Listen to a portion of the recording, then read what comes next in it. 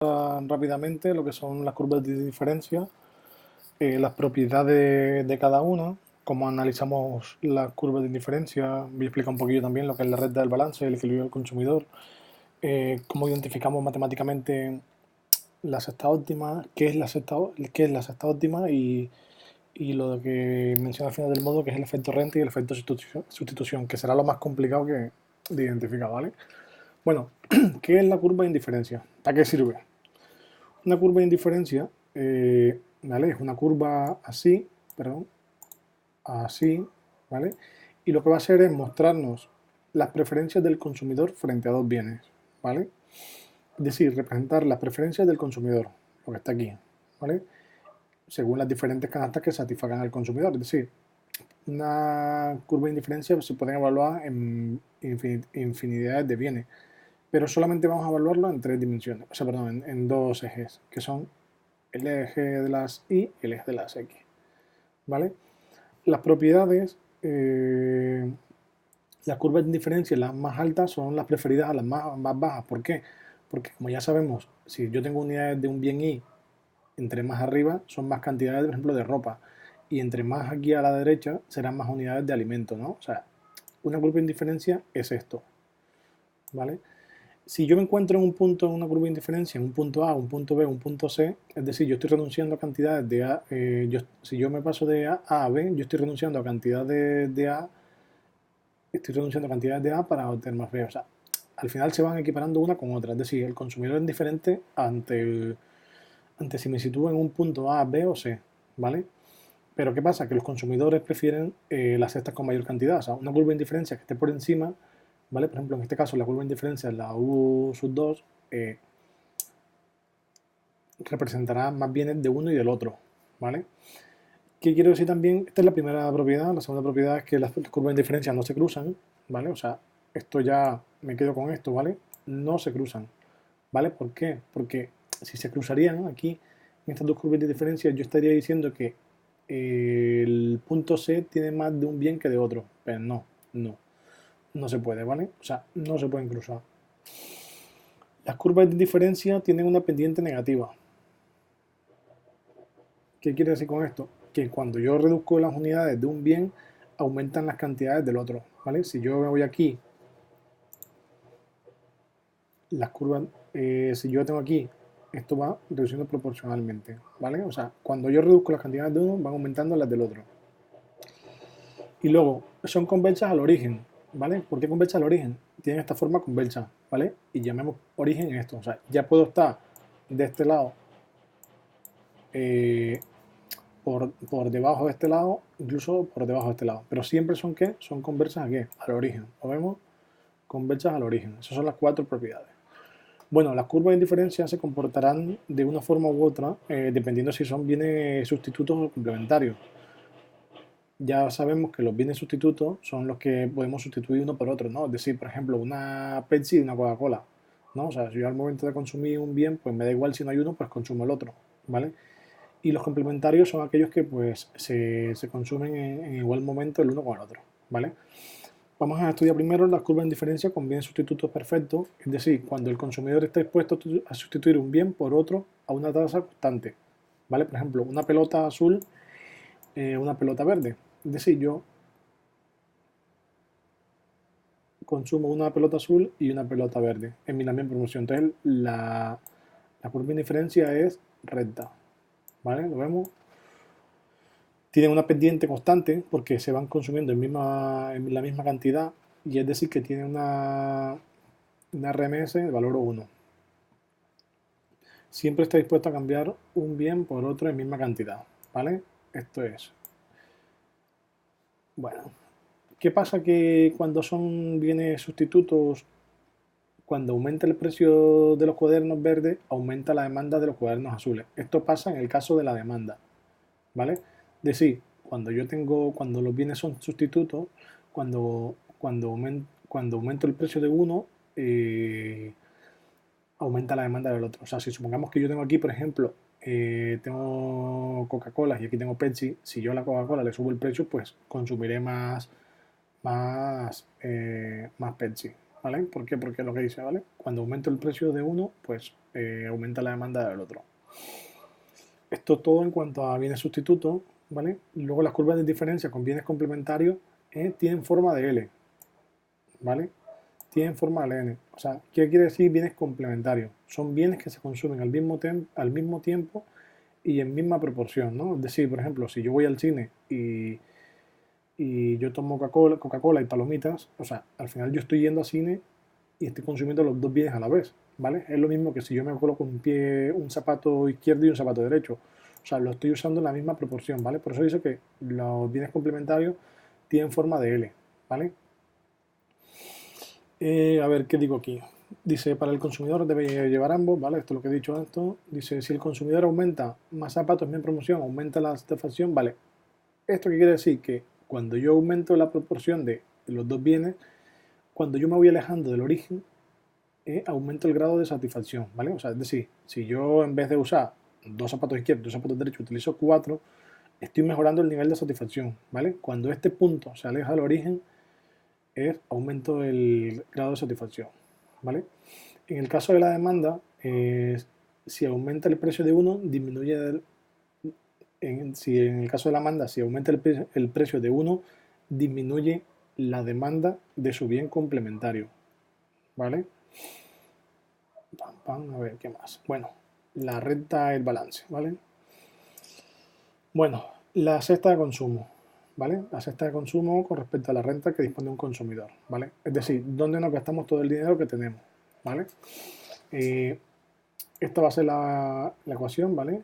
Esto va a ser la ecuación, es decir, M va a ser la renta del consumidor, es decir, lo máximo que el dinero que yo tengo para gastarme en los bienes. El P1 va a ser el precio del bien 1 y el P2 va a ser el precio del bien 2. Y el X1 va a ser las cantidades del bien 1 y el X2 va a ser las cantidades del bien 2, ¿vale? Es decir, si tengo, por ejemplo, tanto dinero, yo podré comprar tantas cantidades de un bien 1 y tantas cantidades de un bien 2 a un determinado precio de bien 2 y a un determinado precio de, del bien 1, ¿vale?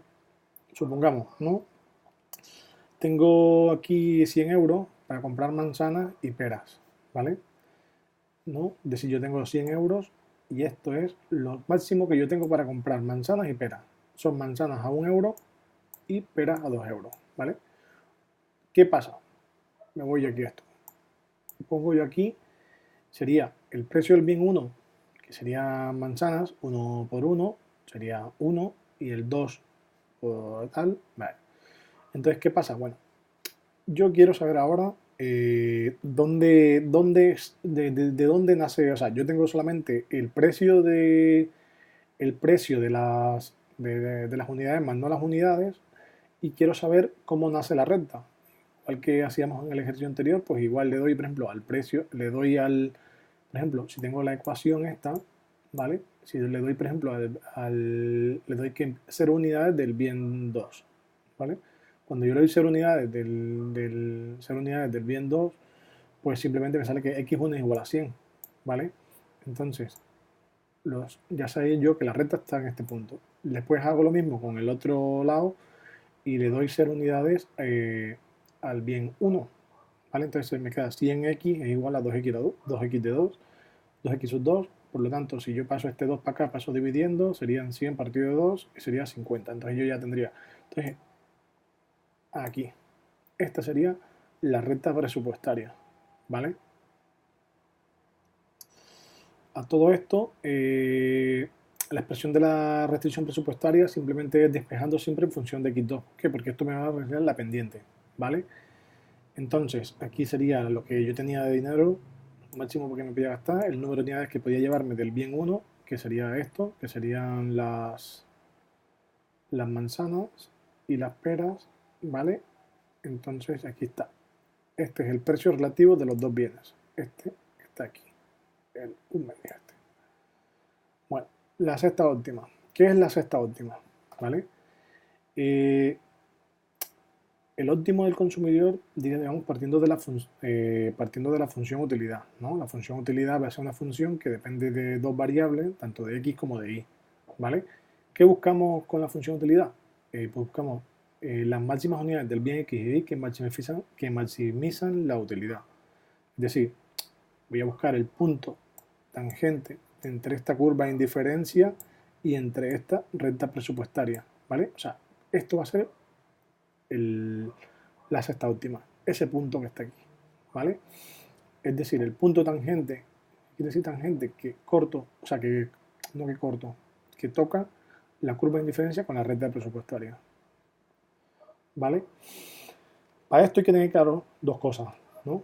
Que se tiene que cumplir la recta presupuestaria, lo que he explicado antes, que simplemente es la cantidad de dinero, el bien 1 por el bien tal, el precio del otro bien por las unidades del otro bien, y la RMS simplemente va a ser el precio de un bien partido del otro, ¿vale? Es decir, la relación marginal de sustitución va a ser la pendiente de la restricción presupuestaria, ¿vale? Para que se pueda dar la sexta óptima, se tienen que cumplir estas dos cosas, ¿vale?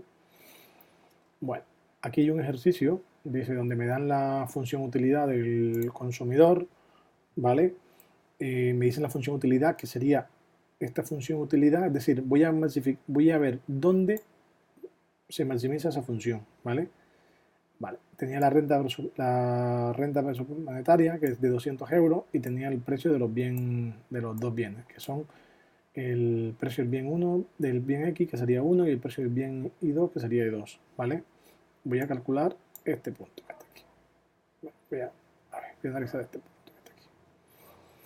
Bueno, como hemos dicho antes, esto va a ser igual a la recta, lo que tengo, que serían los 200 euros esto, el precio del bien 1, que sería 1, el precio del bien 2, que sería 2, ¿vale? 11 euros, lo que sea. Entonces aquí ya tengo una ecuación, ¿vale? Ya tengo una ecuación, me voy quedando con esto, que esto lo utilizaré más adelante, ¿vale? La relación marginal de sustitución, ¿qué quiere decir? Es la relación de precios que hay de un bien partido del otro, ¿vale? Del P sub X partido del P sub Y, ¿vale? En este caso, el P sub X era 1 y el P sub Y era 2.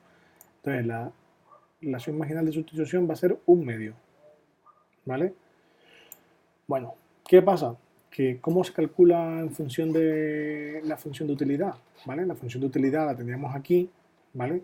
Entonces, la relación marginal de sustitución de la función utilidad va a ser la utilidad marginal del bien X, la utilidad marginal del bien Y. Simplemente es, como es una función que tiene dos variables, ¿no? Porque tiene una X3 y una Y, cuando siempre que veamos una función que depende de dos variables, siempre hay que hacer derivadas parciales, ¿vale? Es decir, voy a derivar primero con una cosa y luego con respecto a la otra, ¿vale?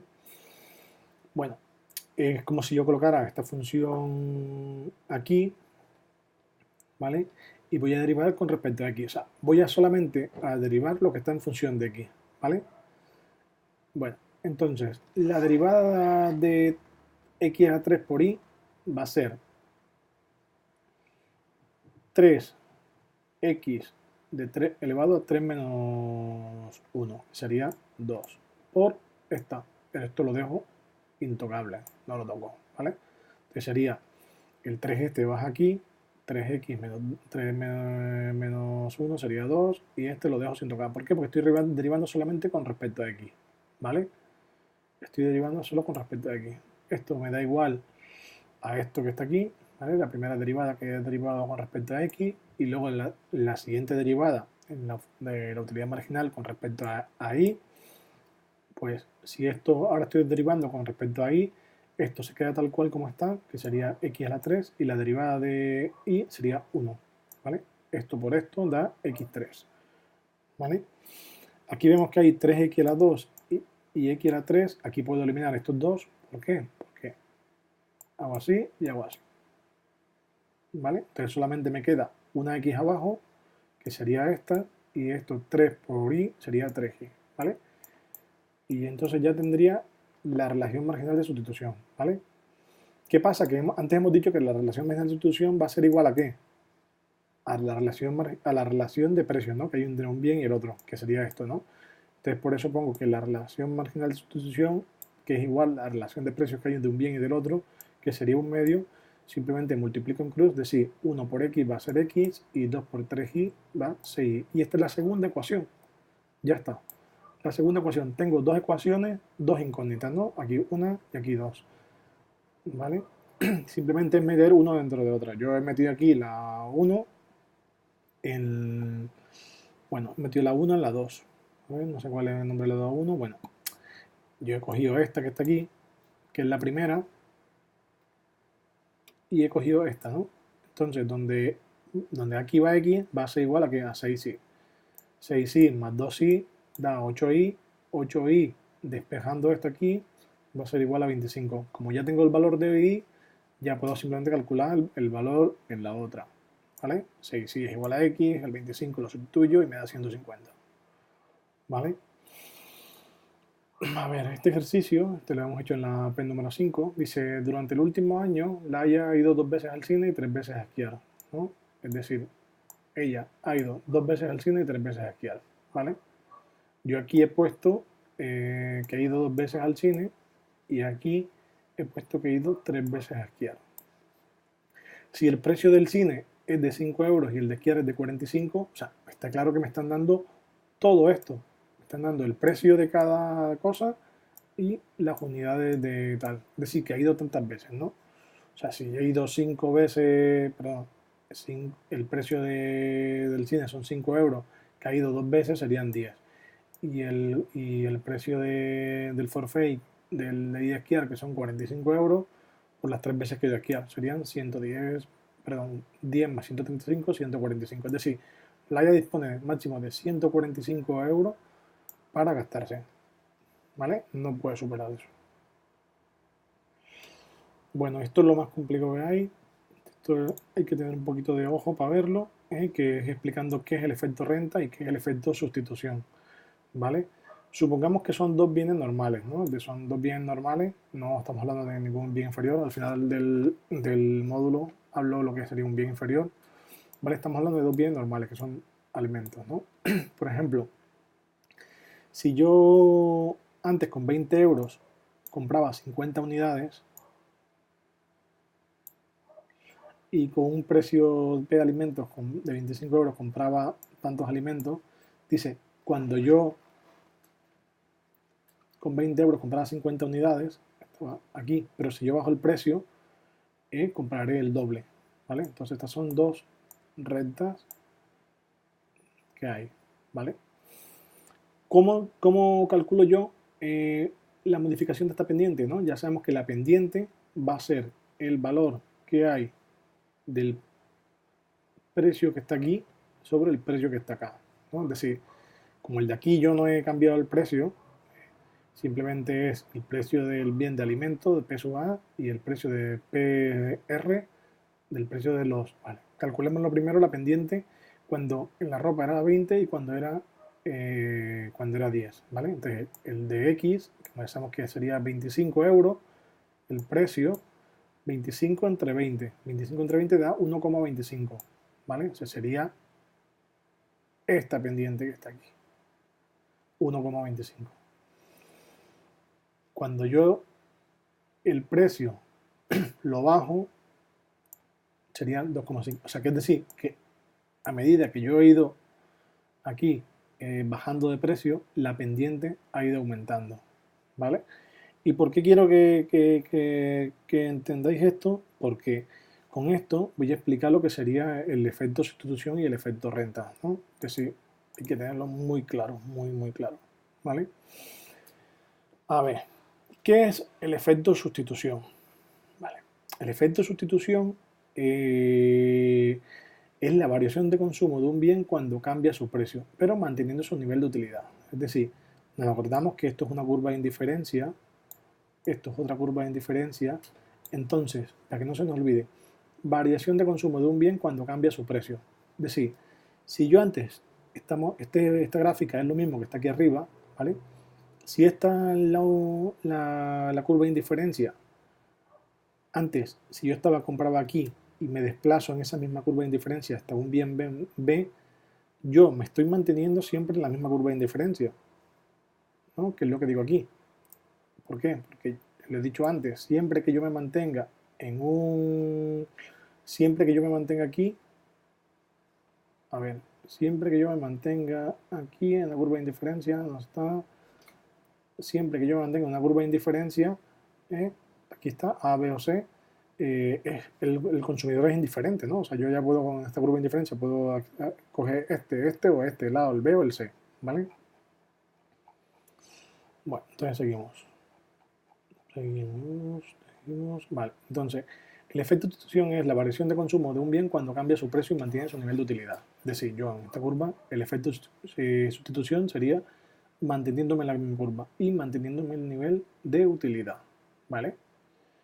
En cambio, el efecto renta es cuando la variación de consumo de un bien cuando cambia su precio. Como ya hemos sabido antes, si yo tengo una renta, por ejemplo, de 140 euros, yo puedo mantenerme aquí. Pero si yo en el caso dado tengo una renta más grande, pues aumentaré los bienes de tanto de lado y lado, ¿no? Siempre y cuando sean bienes normales, ¿vale? En este caso que está aquí, que esta renta, ya sabemos que aquí hay otra curva de indiferencia. ¿Por qué? Porque aquí estoy diciendo yo que ha aumentado la renta, ¿vale? Es decir, la variación de consumo de un bien cuando cambia su precio debido al aumento o disminución del poder adquisitivo, ¿vale? Aquí hablo de ambas cosas, ¿no? Es decir, que esto puede ser por acá abajo o por acá arriba, dependiendo de la renta que yo tenga. Y creo que aquí se verá más claro, ¿no? Es decir, aquí tengo ya el ejercicio de arriba, ¿vale? Que tengo yo vestidos y alimentos, son dos bienes normales, ¿vale? Y estas son las dos rentas que hemos tenido antes, ¿no? Que hemos tenido antes. ¿Qué es la curva, qué es el efecto de sustitución? Es la variación de consumo de un bien manteniendo el nivel de utilidad. Es decir, yo me puedo mover sobre esta curva de indiferencia y siempre estoy teniendo el mismo nivel de utilidad. ¿Por qué? Porque son dos bienes normales, ¿vale? Son dos bienes normales, no me siento igual tengo el mismo grado de satisfacción aquí, en esto, ¿vale? Siempre que mantengan esta curva de indiferencia, siempre tengo el mismo nivel de satisfacción. Y el efecto renta simplemente es cuando aumenta la renta, pues existirá otro punto, ¿vale? Es otra curva de indiferencia que se hace tangente a otro tipo de renta. ¿Por qué? Porque esta sería la nueva, ¿vale? Bueno, dice, el efecto renta será negativo cuando el bien sea inferior, ¿vale? Ojo, cuando el bien sea inferior. El efecto renta será negativo cuando el bien sea inferior, ¿vale? ¿Qué es un bien inferior? ¿Vale? Lo definimos aquí, ¿vale? Un bien normal, ¿no? Es un bien que a medida que nosotros aumenta la renta, aumenta la demanda, ¿no? O sea, somos personas normales que si ganamos más, pues consumimos más, ¿no? Ahora, una persona rica pasa, en el bien inferior le pasa totalmente lo contrario. O sea, yo soy rico, soy normal, una persona normal, trabajadora, que tengo mi renta de, yo qué sé, de 2.000 euros y consumo una cosa, pues aumenta la demanda. Si gano más, consumiré más. Pero una persona rica eh, depende, por ejemplo, de las comidas rápidas. Al tener una renta muy alta, al tener una renta muy alta, si soy rico, ¿iré a McDonald's? No. ¿Por qué? Porque no es un bien normal, sino es un bien inferior. Es decir, los ricos no hacen cosas que hacen los pobres, ¿no? A eso voy. El bien normal es un bien que es un comportamiento simplemente que a medida que yo aumento la renta, pues aumenta la demanda y en cambio una persona con un nivel de renta más alta, pues disminuirá la demanda por otras cosas, ¿no? Es decir, pasa igual también con la ropa, ¿no? Es decir, una persona que tiene muchísimo dinero va a preferir, veo, preferiblemente ropa de marca a ropa de marca blanca, ¿no? Es decir, igual que el que va, hay gente que es muy rica que no va al Mercadona y gente muy rica que sí va, pero bueno, aquí esto es, ¿vale? Efecto tonto, el normal y un bien normal. Un bien normal y un bien inferior. Arriba, todos los ejercicios que he hecho son bienes normales y el inferior hay que tener siempre en cuenta esto. Esto. El efecto renta será negativo cuando el bien sea inferior. Aquí, el efecto renta. Es decir, aumenta la renta, disminuye su consumo. ¿Vale? Y aquí, ¿qué más? Que he puesto por aquí, ejemplo, comida rápida, que ya lo he explicado antes, y ya está. Y ya está. Nos vemos en el siguiente módulo. Saludos.